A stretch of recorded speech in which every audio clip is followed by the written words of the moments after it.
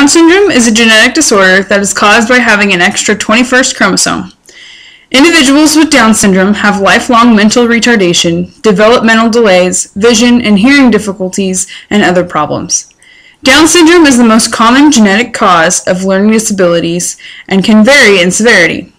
Last year, I had a student with pretty severe Down syndrome in my horticulture class. Colin had all the typical physical features of Down syndrome and had extreme difficulty with speaking. My class was one of his only regular education classes, and he was always accompanied by an aide. Colin was very friendly and affectionate and had very mumbled speech patterns, which oftentimes led us to not having a clue as to what he was saying. When looking at students with Down syndrome in the classroom, it is important to provide activities that are appropriate for the student's ability and learning style. You should never assume that the student is not capable. Ultimately, when teaching a student with Down syndrome, you need to be very straightforward and demonstrate what you want to see happen instead of only giving verbal instruction.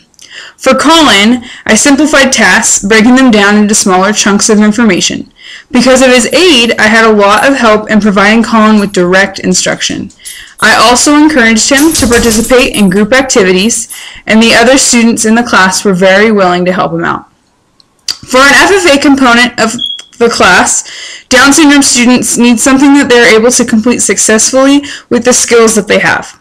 Something that has a lot of repetition to it and requires more verbal than written responses would be the best fit. Since it was a horticulture class, we were usually in the greenhouse, and Colin was able to transplant and seed with the other students. He did have a short attention span, which is common with Down syndrome, so I was not as concerned with Colin staying on task as much as I was with the other students. Colin's parents wanted him in the regular ed class with the main objective of developing his social skills.